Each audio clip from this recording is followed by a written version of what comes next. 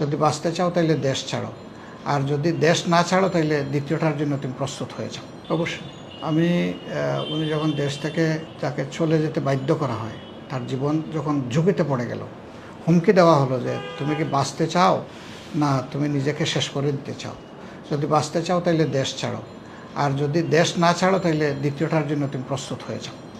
তো এরকম একটা অবস্থায় একজন নিরীহ নাগরিকের কি করার থাকে? সে তো বাধ্য হয়েই দেশ ছেড়েছে। এটা জাতির জন্য দুর্ভাগ্য।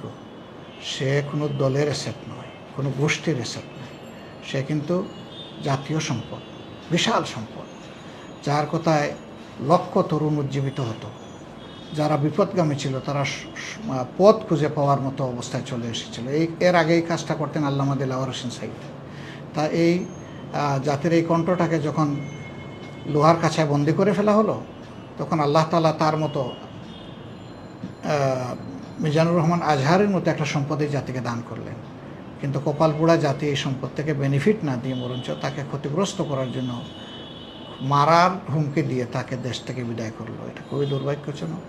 তিনি এসেছেন দেশে, হয়তো অল্প সময় থেকে আবার চলে যাবেন, আবার আসবেন। আমরা মনে করি যে এই রকম সম্পদের যারা সমাদর করে না, এই জাতি আসলেই একটা দুর্ভাগা জাতি।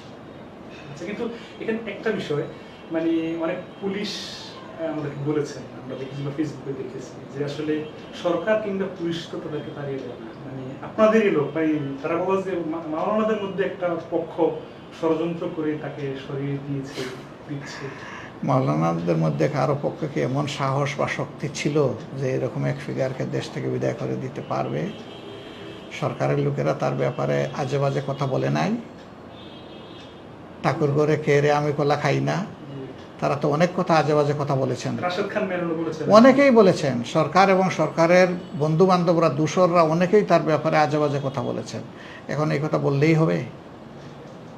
এ কথা বললে হবে না। জনগণ এগুলো বিশ্বাস করে না, খায় না এগুলো। আর এখন তাকে নিয়ে কিছু ভেবেছেন কিনা, বা সম্ভাবনা কেমন? আলহামদুলিল্লাহ, সে এই দেশের মানুষ, এই দেশের তরুণদেরকে সে উজ্জীবিত করবে। আমরা চাই সে দেশেই থাকুক, দেশের খেদমত করুক, তরুণদের নিয়ে কাজ করুক, জাতিকে নিয়ে কাজ করুক। আমরা এটা চাই, এটা সবাই চায়।